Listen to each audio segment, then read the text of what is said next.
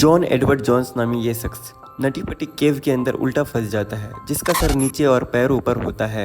10 bye 18 inch के narrow रास्ते में ये फंस जाता है और निकलने की कोशिश करता है, लेकिन वो नाकाम होते हैं। रेस्क्यू टीम भी उसे निकालने की कोशिश करते हैं, लेकिन वो भी नाकाम होते हैं। 27 घंटे तक वो वहीं फंसे रहते हैं और आखिरकार हार्ट अटैक की वजह से उसका वहीं पे मौत हो जाती है। अगर आप कमज़ोर दिल के हैं तो इस वीडियो से दूर रहें, क्योंकि इस कहानी को सुनने के बाद अच्छे से अच्छे आदमी को भी डर लग जाता है।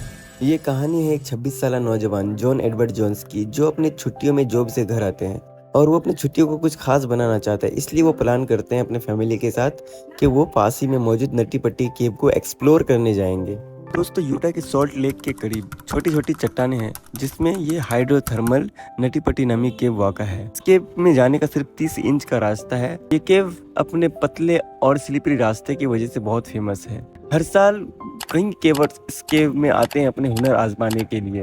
वो लोग प्लान करते हैं कि हम लोग रात को 8 बजे निकलेंगे और कुछ घंटे बाद फिर वापस आ जाएंगे, लेकिन उन लोगों को दूर दूर तक इल्म नहीं था कि उन लोगों के साथ इतना बुरा हादसा होगा। बीते कुछ सालों में इस केव में बहुत से इंसिडेंट होते हैं, इसलिए इस केव को बंद कर दिया जाता है। लेकिन बहुत से केवर्स इस केव को खोलने का डिमांड करते हैं, इसलिए इस केव को दोबारा खोल दिया जाता है कई नए रूल्स और रेगुलेशन के साथ। वही इस केव में एंटर कर सकते हैं जिसके पास एक्सपीरियंस हो। जॉन और उसके छोटे भाई जोस दोनों ही एक्सपीरियंस केवर थे, इसलिए उन लोगों को वहां जाने का परमिट मिल जाता है। वो अपने फैमिली के साथ केव में रात के 8 बजे एंटर करता है। 1 घंटे तक सब कुछ नॉर्मल रहता है और वो लोग केव के अंदर आगे बढ़ रहा होता है। लेकिन फिर जॉन, जॉस और उसके 2 दोस्त बिग स्लाइड में रुकते हैं और वो लोग डिसाइड करते हैं वो लोग केव के सबसे मुश्किल तरीन हिस्से यानी बर्थ केनाल में एंट्री करेंगे। बर्थ केनाल वो जगह है जो बहुत ही मुश्किल तरीन है, जो बहुत ही तंग जगह है। वहाँ सिर्फ कुछ ही लोग जा पाए हैं। बर्थ केनाल में जाने का आइडिया भी जोस का ही था। जोस टीम में आगे आगे चल रहा था, उसका भाई और उसका दोस्त पीछे से आ रहा था। वो अपने पेट और चेस्ट के बल रगड़ रगड़ के आगे बढ़ रहा था। उसे लग रहा था कि हम बर्थ केनाल में जा रहे हैं और आगे से घूम के रिटर्न आ जाएंगे, लेकिन वो अनजाने में गलत रास्ते में चला जाता है, जिसका नाम कॉर्क स्क्रू होता है। ये रास्ता बहुत ही नैरो होता है, इसमें सिर्फ बहुत ही पतले दुबले केवर ही जा सकते हैं। अगर केव का मैप में देखा जाए तो उसे राइट बर्थ केनाल में जाना था, लेकिन वो गलती से लेफ्ट चला जाता है। जैसे जैसे वो आगे बढ़ता है, जगह और भी तंग होते जाता है। वो अब घूम नहीं सकता था, इसलिए वो इस उम्मीद में आगे बढ़ते जा रहा है कि आगे कहीं फाका जगह मिले जिससे वो घूम जाए। लेकिन आगे उसे एक जगह नजर आता है जहाँ उसे उम्मीद होता है कि यहाँ से वो घूम सके, लेकिन जैसे ही वो थोड़ा आगे बढ़ता है वहाँ डेड एंड होता है और वहाँ वो फंस जाता है। जॉन वहाँ बुरा फंस जाता है। उसका सर नीचे और पैर ऊपर होता है। वो लगभग 70 डिग्री के एंगल में वहाँ फंस जाता है और वो अपने भाई को आवाज़ देता है, जोस तुम यहाँ मत आना। जॉन वहाँ से निकलने का कोशिश करता है, लेकिन वो नाकाम रहते हैं। फिर कुछ मिनटों के बाद उसका भाई उसके पास पहुँचता है तो वो देखता है कि सिर्फ जॉन का पैर ही दिखाई दे रहा है। वो उसे निकालने का कोशिश करता है, लेकिन नाकाम रहते हैं। फिर दोनों भाई डिसाइड करते हैं कि प्रोफेशनल रेस्क्यूअर को बुलाना ही पड़ेगा। फिर जॉस केव से बाहर आते हैं और वो रेस्क्यूअर को कॉल करते हैं। फिर मौके में एक रेस्क्यूअर का टीम वहाँ पहुँचते हैं। फीमेल रेस्क्यूअर सीजू मोटेला थी, जो उसे 2 घंटे तक केव से निकालने की कोशिश की, लेकिन वो नाकाम रही। उसने उसके जीन्स तक काटी ताकि एक आधा सेंटीमीटर ज्यादा जगह मिले, लेकिन वो उसकी उम्मीद से ज्यादा ही फंसा हुआ था। थक हार कर लास्ट में वो वापस केव के बाहर आ गई। बाहर उसकी वाइफ, उसकी बेटी और 30 रेस्क्यू मेंबर थे, जो जॉन को वहां से बाहर निकालने के लिए अलग अलग तरीके सोच रहे थे। उनमें से उन लोगों का एक तरीका ये था कि जॉन के दोनों टांगों को काट दिया जाए। फिर आखिरकार उन लोगों ने ये सोचा कि रस्सी और पुल्ली की मदद से उसे बाहर निकाला जाए। उसके पैरों में रस्सी बांधकर उसे ऊपर खींचा जाए, लेकिन कंडीशन ये था कि गार के पत्थरों में पुलिस को इस तरह ड्रिल किया जाए कि सारा प्रेशर रस्सियों का पुलिस पे पड़े, गार के पत्थरों से ना टकराए। और फिर पुलिस को केव के पत्थरों में ड्रिल करके फिक्स किया जाने लगा, लेकिन इसमें खतरा यह था कि कहीं पत्थर टूट के ना गिरे और रास्ता ब्लॉक ना कर दे।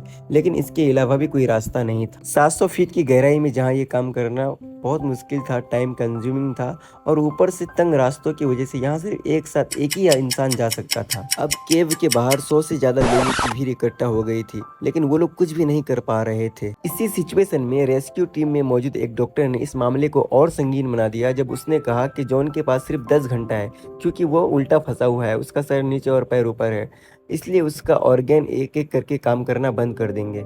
ह्यूमन बॉडी सीधा रहने के लिए बना है, जिसमें दिल ऊपर की तरफ होता है। दिल पूरे बॉडी में खून को पंप करते रहता है, जिसमें से 80% खून नीचे की तरफ पंप करता है। ग्रेविटी की वजह से खून नीचे की तरफ आसानी से पंप हो जाता है। लेकिन यहाँ जॉन उल्टा फंसा हुआ है, इसलिए हार्ट को ज्यादा काम करना होगा। इसलिए डॉक्टर का कहना था कि जॉन को कभी भी हार्ट अटैक आ सकता है। ये जानने के बाद रेस्क्यू टीम ने जॉन को कम से कम सीधा करने के लिए कोशिश और भी तेज कर दी। कई घंटों इंतजार करने के बाद पुलिस इंस्टॉल हो गई और फिर जॉन को पैरों से बांधकर खींचा जाने लगा और फिर कई नए प्रॉब्लम सामने आ गई। प्रॉब्लम ये था कि जॉन केव में इस सिचुएशन में फंसा हुआ था कि जॉन को जब पुल्ली की मदद से खींचा जाता तो उसका पैर केव की छत से टकरा जाता। खैर बड़ी मुश्किल से उसे इतना बाहर निकाला गया कि उसका फेस दिखाई देने अब लग रहा था कि उसे बाहर निकाल लिया जाएगा, लेकिन अचानक से एक पुल्ली टूट जाता है और वो वही पोजीशन में जाके फिर फंस जाता है। जॉन अब बहुत पैनिक हो रहा था, इसलिए 2 वे कम्युनिकेशन सिस्टम अंदर भेजा गया, जिससे जॉन को उसकी बीवी से बात कराया गया ताकि जॉन रिलैक्स हो सके, और ये तरीका काम भी किया।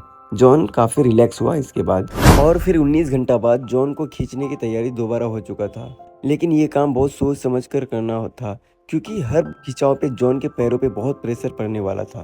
बड़ी मुश्किल से उसे इस बार काफी बाहर निकाल लिया गया था, इतना बाहर जिससे रेस्क्यू वर्कर को जॉन का फेस दिख रहा था। रेस्क्यू वर्कर ने बाद में बताया कि जॉन का फेस में खुशी के लम्हात थे और उसकी आंखें लाल हो गया था। पिछले 22 घंटों में पहली बार जॉन उस तंगनुमा जगह से बाहर देख पा रहा था।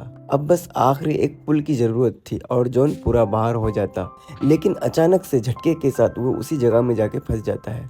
पुल्ली सिस्टम दोबारा फेल हो जाता है। जॉन्स को बचाने के आखिरी अटेम्प्ट में उसके इर्द गिर्द के पत्थरों को ड्रिल करके तोड़ने की कोशिश की गई, लेकिन शायद अब बहुत देर हो चुकी थी, क्योंकि जॉन्स अब हिलडुल भी नहीं रहे थे और ना ही वो किसी की बात का कोई जवाब दे रहा था। जॉन के बीबी ने भी उसे रेडियो से होश में लाने की कोशिश की, लेकिन कोई फायदा नहीं हुआ। इसी पॉइंट पर एक बहादुर डॉक्टर को उसका पल्स लेने के लिए अंदर भेजा गया, और सबको जिस बात का शक था वही हुआ। 24 नवंबर 2009 में रात के 11:50 पर जॉन को मुर्दा करार दे दिया गया। जॉन की बीवी को बिल्कुल यकीन नहीं हो रही थी कि उसका हस्बैंड इतनी छोटी गलती की वजह से मर चुके हैं। वो इस उम्मीद में थी कि टांगों से नब्ज सही से नहीं चेक किया गया होगा, इसीलिए वो इस उम्मीद में थी कि वो जिंदा है। लेकिन जो हकीकत था वो सबके सामने था, जॉन्स मर चुका था। डॉक्टरों को लगा था जॉन सिर्फ 10 ही घंटे तक केव में सरवाइव कर पाएंगे, लेकिन जॉन की अच्छी सेहत होने की वजह से जॉन 27 घंटे तक केव में जिंदा रहे। जॉन के बॉडी को निकालने के लिए अलग अलग तरीके सोच रहे थे। उनमें से ये तरीका था कि जॉन के बॉडी को 2 अलग हिस्से में काट के निकाला जाए, लेकिन आखिरकार सबने ये सोचा कि जॉन के बॉडी को इसी केव में इसी पोजीशन में छोड़ दिया जाए और इस केव को उसका कबर डिक्लेयर कर दिया जाए। और आज भी जॉन का बॉडी इसी पोजीशन में इसी जगह पे वाक़ा है, और केव के बाहर उसके याद में लगाई गई एक बोर्ड भी मौजूद है। आई होप आप लोगों को ये वीडियो अच्छा लगा और मेरे चैनल को सब्सक्राइब करें ऐसे वीडियो के लिए।